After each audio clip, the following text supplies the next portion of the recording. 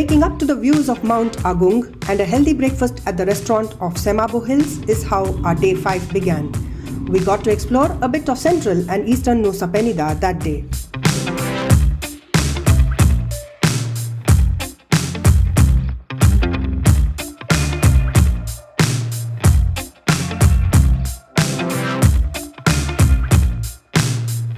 The first stop was at the Teletubbies, named after a popular kids show which has similar rolling hills as a backdrop. If you want a non-touristy, quiet and serene place to picnic or relax, then this is just the place for you.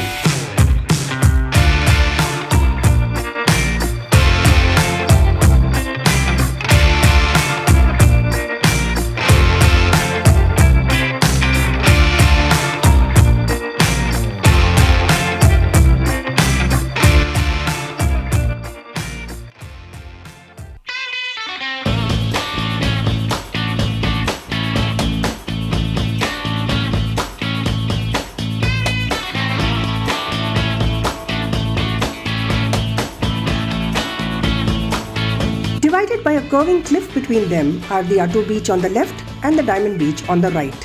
While climbing down to Attu is easier, I'm told, the climb down to Diamond Beach is challenging. We did the best we could.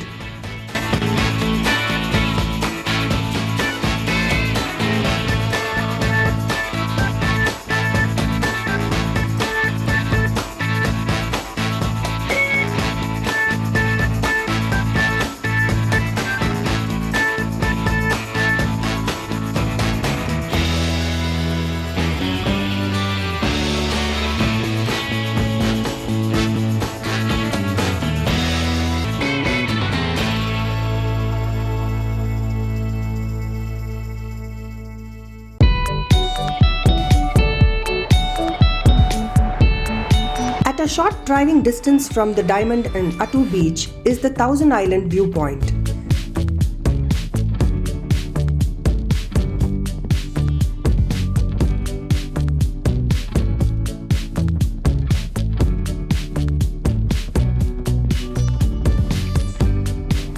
This place also gives access to the famous Rumah Pohon, a set of 3 tree houses offered to tourists for stay.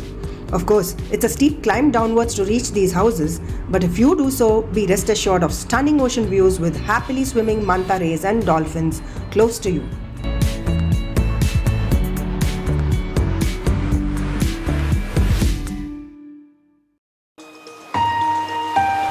Whizzing past the eastern coast, we made stops at 2 roadside beaches. It was a peaceful experience.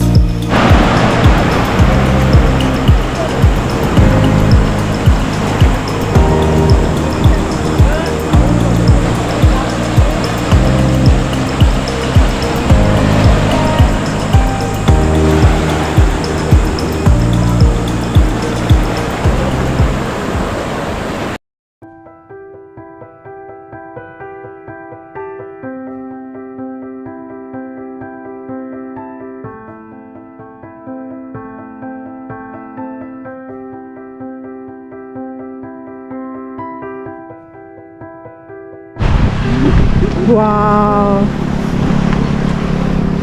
Yeah, say hi!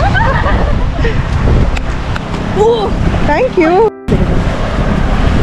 It's very cold! Yeah, it's quite good.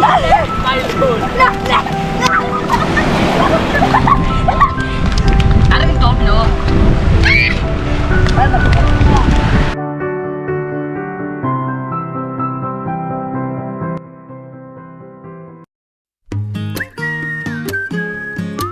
Our last stop at Nusa Penida was at the Penida Colada Beach Bar, from where we picked up food before we checked out of Semabo Hills and boarded our return ferry to Sanur Port on main Bali Island.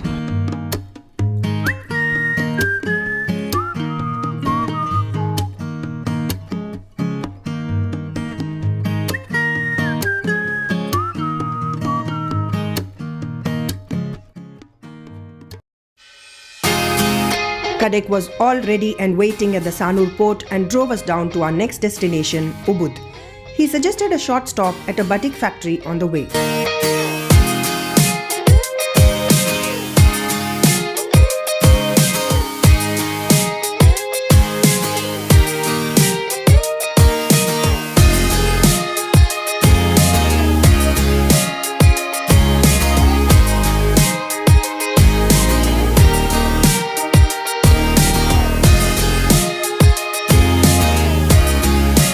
It was late in the evening by the time we reached Ubud. We decided to grab a quick bite at the Bella by Sage in Ubud Center.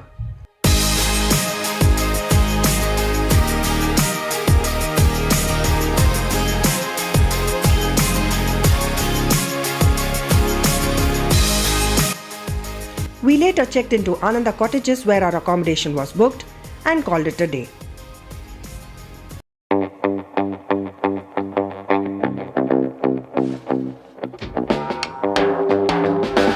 A mini Bali in itself, the world of Ananda puts you at a high with its Balinese charm in every corner. Royal architecture, a little temple, fish pond, short waterfall, rice fields, Balinese style cottages, variety of flowers, a lotus pond, 3 swimming pools are all a part of your experience here. After enjoying a buffet breakfast, we hit the road.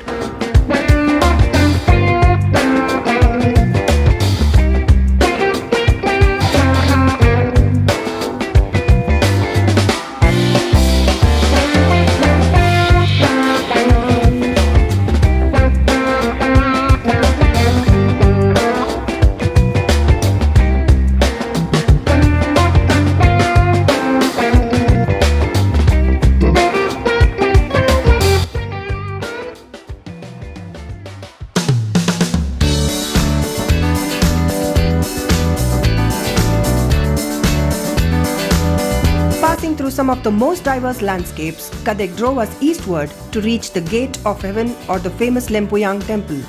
We opted for a bus ride further up from the parking lot.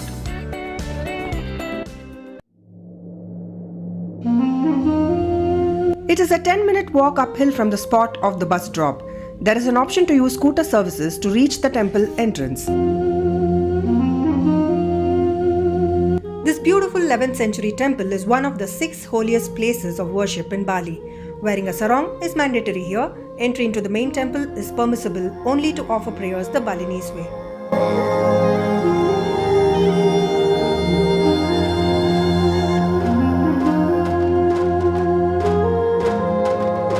Couples and families waited their turn here to have their Insta-worthy picture taken in front of the Gate of Heaven by a group of professional photographers seated here. The ticket charges is inclusive of this token number.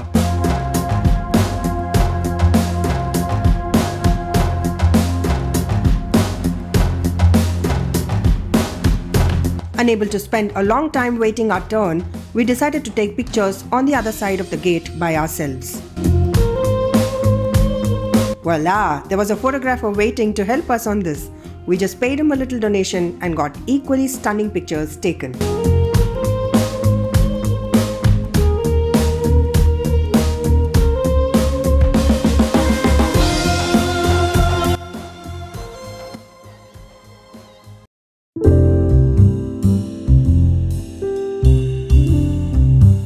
Taking a breath of fresh air from the open fields, we continued on our journey to get to the next stop, the water palace, better known as Tirtha Ganga.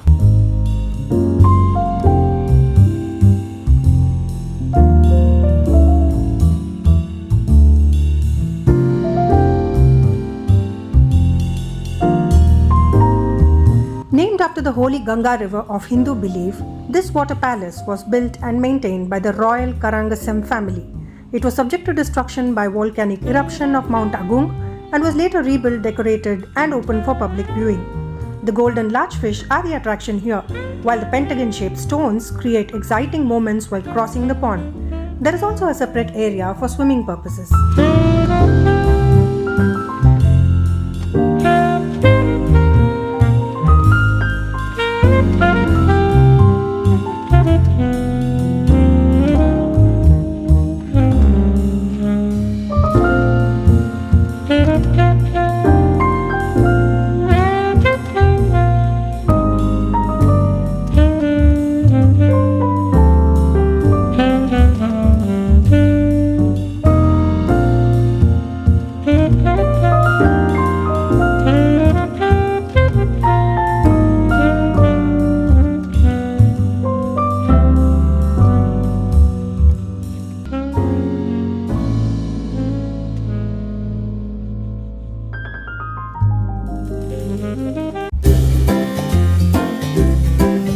We stopped for a quick bite that afternoon at the Warang Devasa.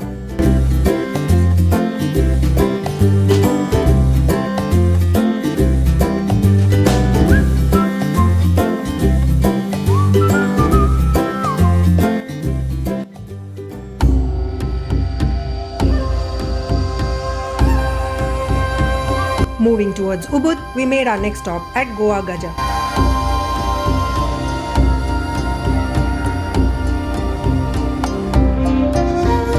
The word Goa in local language means cave. The place was originally built as a sanctuary in the 9th century and was used for meditation purposes. The sacred water pool has 7 sculpted beautiful women holding pots of flowing water that depict the 7 Indian rivers of Ganga, Jamuna, Saraswati, Godavari, Sindhu, Kaveri and Narmada. Intimidating faces were carved on the face of the cave to ward off evil. Entering the cave through the mouth of a demon, we can find that the left side worships Lord Ganesha and the right side worships the Holy Trinities, Brahma, Vishnu and Shiva.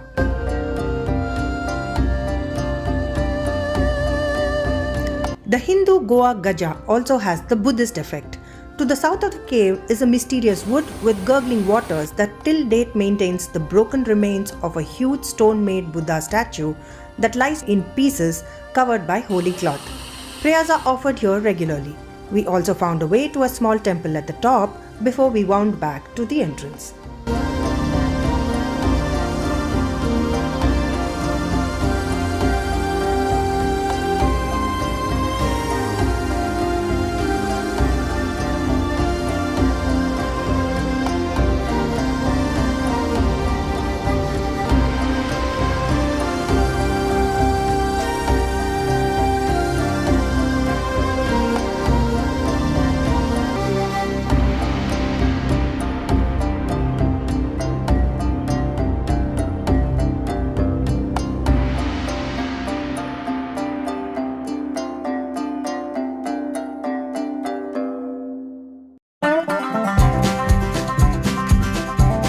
The Green Puri Suling restaurant next to Goa Gaja offered a cozy Balinese space with lot of spots for photo opportunities.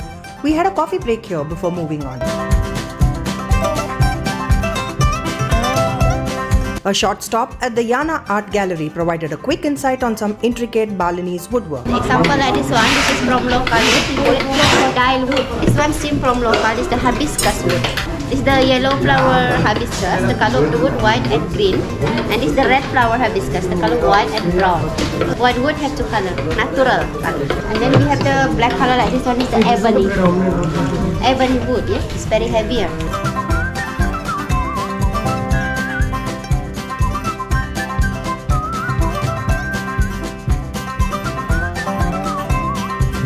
The long day ended with some shopping in central Ubud, followed by dinner at the Dumbo restaurant opposite Ananda Cottages.